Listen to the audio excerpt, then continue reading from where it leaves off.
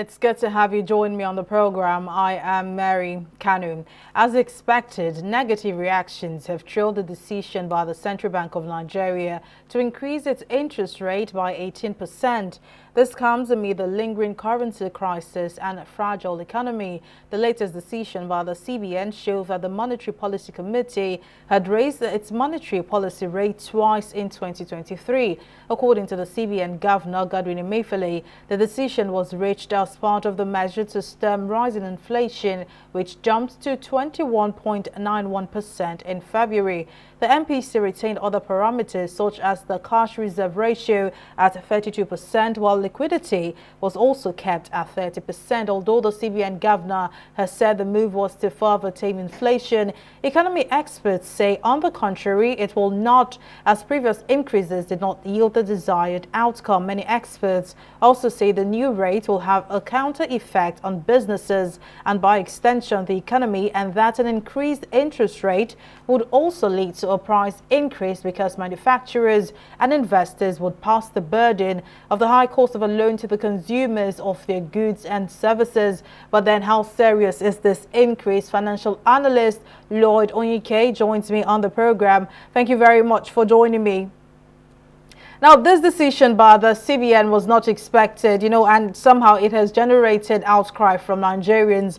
What was your reaction to it? And do you think raising the interest rate was done in the best interest of Nigerians?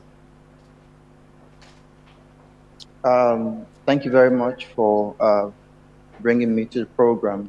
My feelings, based on the trend so far, this administration, is that the effect will be lost on Nigeria in real terms. If you look at the history of the MPR adjustment in Nigeria, you recall that it wasn't too long ago in January, the CBN increased the MPR rate by 100 points basis from 16.5 to 17.5. The argument posited then by CBN was that it was going to strengthen the economy, tame inflation, amongst other things. The question is, if you can hear me, can you please speak up? It's quite difficult to hear you. Can you hear me now? Yes, it's better. Go on, please. Right.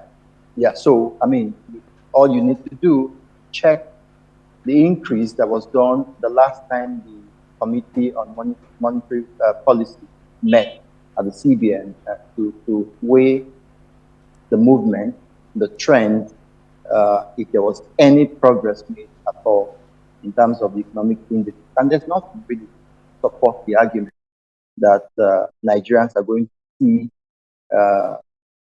see the concerns of the CBN justified. There's no justification.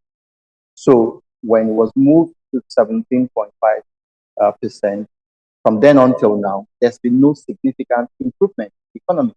Nothing, not in the employment rate, not in inflationary indices, not in even commodities. There's nothing in the economy that has actually shown that the CBN is right in increasing the monetary policy rate. Now, I want you to please give us or paint a clearer picture, of how much an impact this increase will have on businesses and the economy at large. All right. So the first thing you're going to look at is, what are these rates for? Or shall we say, what is this rate adjustment meant to do in the economy? So what it does is that through the MPR rate that the CBN forms or presents to the financial sector, banks, deposit money banks, and other banks, commercial banks specifically, are able to tailor their interest rate around the guidance of CBN. So at presently 18% interest rate, the question will be, how much are banks likely to lend out? How much are banks likely to peg, for transactions, especially regarding interest? Chances are that I can assure you, by practice, it can be less than 18%, which CBN itself has said. So what you're going to have is that you're going to have rates that would grow beyond what the CBN benchmark is.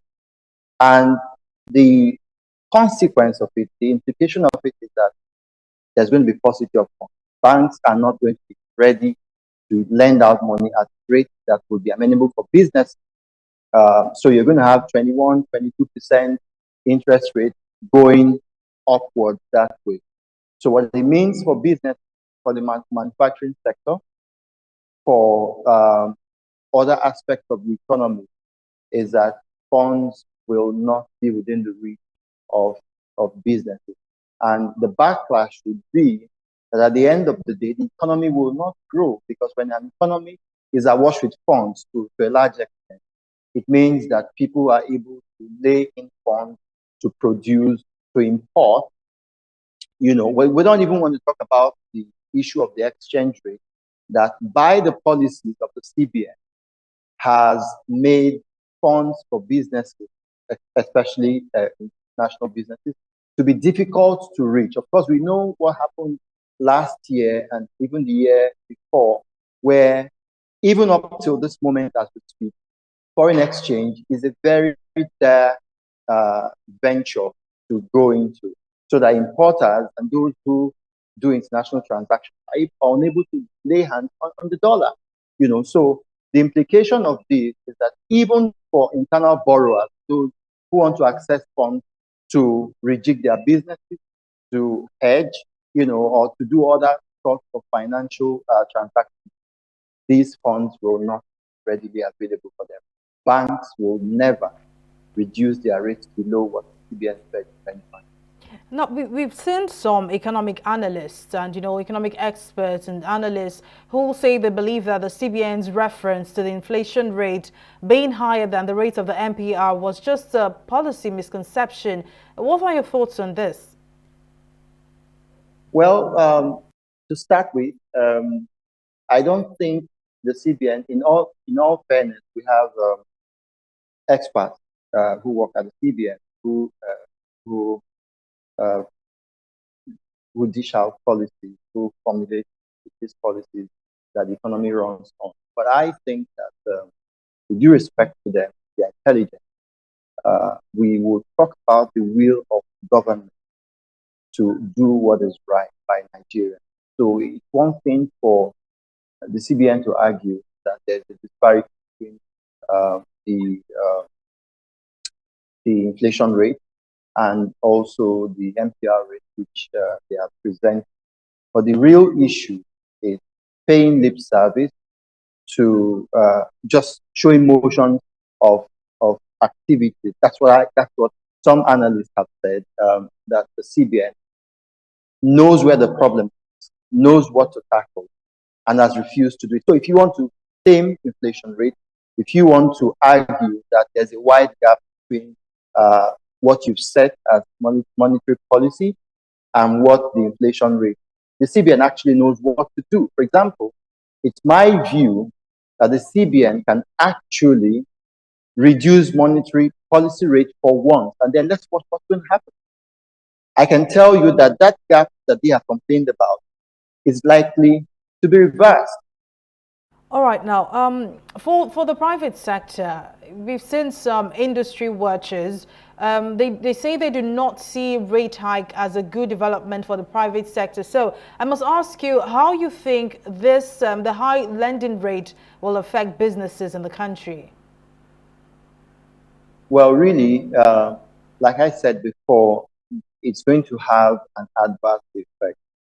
And just a while ago, I mentioned that the CBN should have actually tried to reduce this rate rather than increase it. When you continue to do a particular thing for a long time and you don't get the desired result or the expected result, chances are that you want to say, let's try the opposite.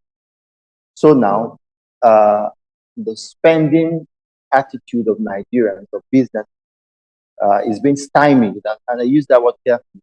It's being killed because businesses are unable to meet their obligations, even when the private sector, those who play in the private sector, borrow funds from banks and from other financial institutions, because of the effect of the economy, because of the adverse effect of the economy, they are unable to meet the obligation. They are unable to repay as when they should do. So for the private sector, it is a turn off. Let me use that word. This policy lacks in incentives to grow the economy. It doesn't encourage borrowers to want to borrow. Because if you're a smart businessman, you're going to ask yourself, at this rate, what are the chances, given the fact that there's epileptic power supply, given the fact that your road network, you are a trucker, isn't there to complement your effort, given that even there are a lot of other economic issues.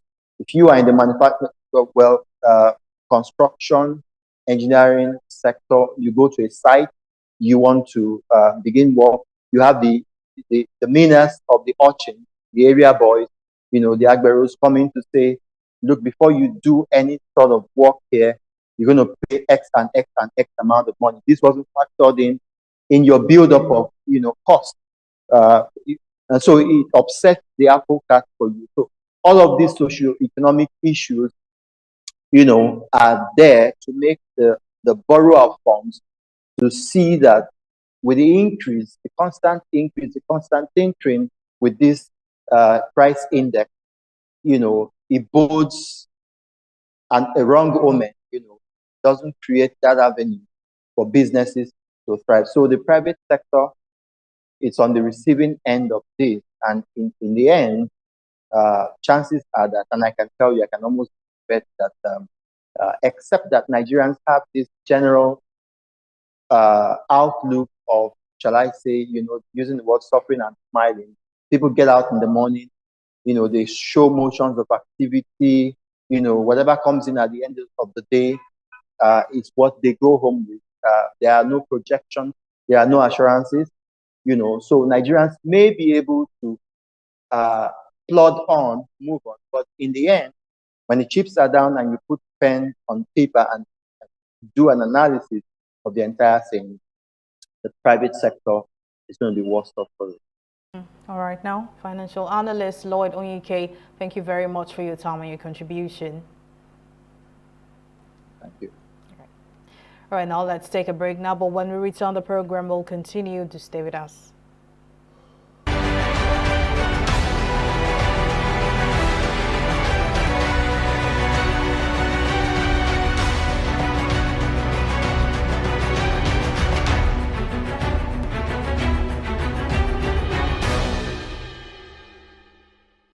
Welcome back. The just concluded general elections no doubt came with its different dynamics. It was a shift from the old order when 4 prominent candidates contested for the nation's topmost position as the 5th democratically elected president, as opposed to the regular 2-horse race of previous elections. The tenacity of Nigerians was further tested when the Independent National Electoral Commission, INEC, the country's electoral umpire, insisted that the elections will be held despite the fuel and cash scarcity crisis. Citizens defied the odds and came out en masse to vote for the preferred candidates. Many had acclaimed the elections to be a game of numbers, and this was partly evident in the percentage of youths that registered to vote in the elections. Now, electoral violence has always been a regular feature in Nigeria. The 2023 elections were no different, as it was fraught with violence despite promises by the federal government to curb violence. Now, according to the Center for Democracy and Development, Nigeria recorded 109 deaths in 3 months linked to the 2023 elections. Although some say the elections were free, fair and credible, many disagree with the notion. For more insights into how the election went, I'm now joined by Chairman Ethnocopia Limited, Adewale Ajadi. Thank you very much for joining me. Now, it's been 1 week or less than a week after the governorship elections, and various reactions still thrilled the just concluded election. So let's start by knowing your thoughts. Are you impressed by INEC's conduct of the elections, compared with previous elections we've had in the country? Well, it is, for any fair-minded person, this is quite an improvement. And what are the improvements I'm talking about? The BVAS itself is a large improvement on past election. let's be clear, when people criticize Nigerian elections, at least these last elections, it's because they expect zero defects. And in a country of nearly 200 million people with over 350 different ethnic groups, with almost a split on religious lines, this is often what is a winner-takes-all system. And until our system is more participatory rather than representative, we'll have this problem. So these are not INEC's problem. The fact that there are violence leading to the election is not INEC's problem. It's our problem. It's our behavior. It's our choices. INEC had to ensure that everybody that voted was voting credibly. The beavers, in many observers' reflection, worked about 90 to 95% of the time. That's massive. Now, the thing that people are complaining about is the IREV, which is the uploading of results. The uploading of results does not denigrate the manual process that was utilized to affirm that the votes counted was signed off by the party agent. Once that's signed off by the party agent as credible, collated in the states, then the uploading is a matter of technical issue. Now, if you look at the difference between the presidential election and the governorship election, you can see that there's been an improvement. So these are certainly issues that we need to understand and not denigrate INEC. I know you say there is an improvement thanks to the beavers, but then again, the beavers, the elections were still marred by technical glitches, which, beclouded the authenticity of the results declared by INEC, and now aggrieved parties are in court. Do you think the beavers technology was even necessary in the first place? No, I think you are confusing two things. The beavers is different from the IREV. They're two different things.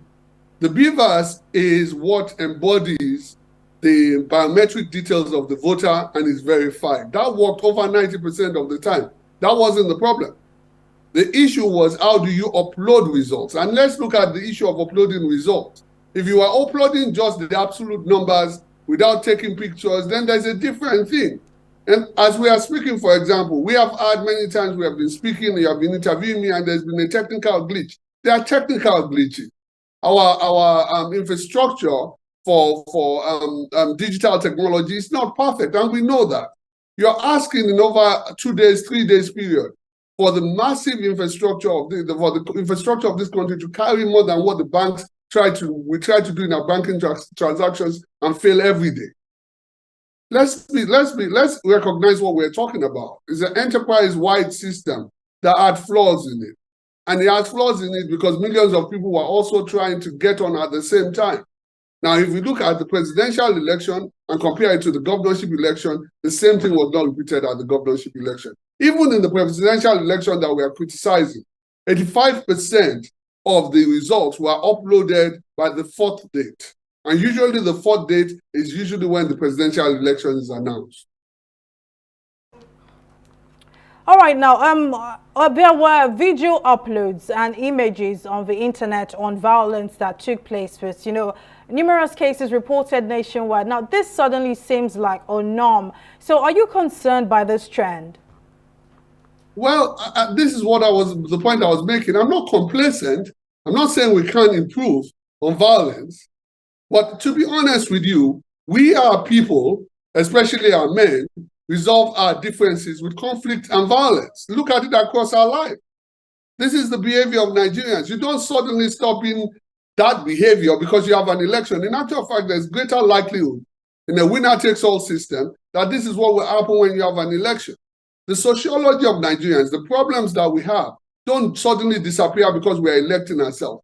But as it improved compared to what it was, when ballots will be taken away completely in a city and nobody can say anything, when people will write numbers that are more than the registered voters in a particular polling unit or across a section of the city, we have moved immensely. And now let's compare it to what happens in other countries, because sometimes we beat ourselves up as Nigerians. We're talking about 200 million people. The United States has many incidents of election malpractices. If you go and look at it, but it's never published because we don't look on the local level, we look on the national level. And when things bust out like we had after the elections, the last elections, when people went to attack the Senate, You know, we take it as something that is out of the ordinary. But this has been brewing and this has been happening in their system because it's also a winner-takes-all system. So let's be careful in saying, yes, there are things that we can improve and we must improve, but we are far away from where we are. And because people lose, they try to amplify the notion that nothing is working. You can't buy that lie. It's an absolute lie. During the elections, they demonstrated their commitment to the democratic process. But, you know, even with the high anticipation, many voters were disenfranchised due to various irregularities. Do you see this affecting the turnout of voters in the country's next election? We're talking the next 4 years, you know, because some already feel their votes did not count in this election. I don't know where you get that figure that people are disenfranchised. The people who are loud on the internet make sure that their voices are heard, and they are disappointed that their candidate did not win. That is a fact. But that people are disenfranchised, I think for most part, everybody that wanted to vote, voted. With the exceptions, there are exceptions to the rule. There are exceptions in the Southeast. In the case of the ballot box snatching, in the case of the ballot box snatching that we saw, the violence that we saw, clearly those people, their votes did not count, so they were disenfranchised. Well, I want you to count how many cases you're talking about. We have hundreds of thousands or millions of people that voted. I venture that you have less than 1,000 people that you're talking about. And you cannot use the case of our 1,000 people to judge the millions of people that voted. Does not dismiss the fact that there are things that we can improve. We certainly can improve on things. But let's not exaggerate what the issues are. Let's look at what the issues are. Now let's talk about the issue of voter turnout, which is bad in Nigeria.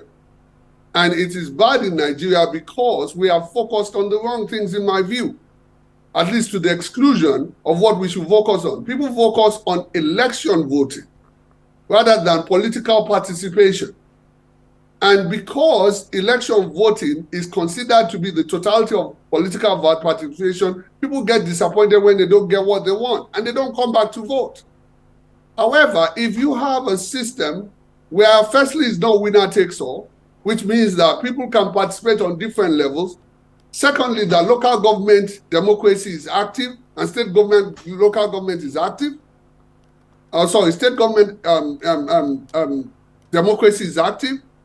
Then you have a better situation because people can participate all year round and don't have to wait until elections before they feel that they are included in the system of government.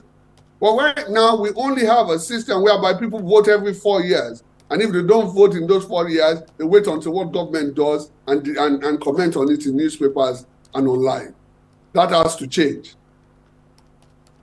All right, you know, clearly you've scored INEC high, but many may not agree with you. So I must ask you, where would you like to see improvements in the next elections from INEC? Well, as far as INEC is concerned, firstly, you have to give credit to the drafters of the Electoral Act. They had the foresight to make sure that INEC is not tied to the IRF uploading alone. That is a massive savior of the kinds of problems that we are facing right now. It's a massive improvement for us because if it had been that IRF would have been declared as the only way INEC could have uploaded, we would be in a major problem. So I thank God for that. The second thing that I think the INEC has to do is to make sure that its manual systems are robust enough and are transparent enough and that we're not dependent almost exclusively on electronic system. Because right now, the idea is that we treat technology like it's a silver bullet. It's never a silver bullet. Anybody that has been disappointed by technology knows in the kind of infrastructure that we have that might happen and will happen on the big occasions. So we need to make sure that there's a system, that is a parallel system that is transparent and that engages people. Thirdly, there has to be massive voter education, not large-scale voter education, but local voter education for people to understand the difference between things like the beavers, the IRF, what is expected in the law, so that they understand and they don't just get themselves excited over nothing. Because there's a lot of excitement over nothing. You know, and we are going to see the courts decide these matters over the next few weeks. so that people understand how the law should work, what discretion INEC has. And remember this. It's very important that you remember this. We have a low trust society. We do not trust each other. We do not trust government. So anything that gives government the illusion, people the illusion that government is not being transparent is considered to be corruption. It's considered to be manipulation. We need a lot more to educate people about what we are doing, why we are doing it, and why they should trust INEC. Well, all right now, Chairman, Ethnocopia Limited at Adewale Ajadi. As always, thank you for your time and your contribution. Thank you very much. Right. Have a good day. Well, that's our program this week. Thank you for watching. I am Mary Kanu. Bye-bye.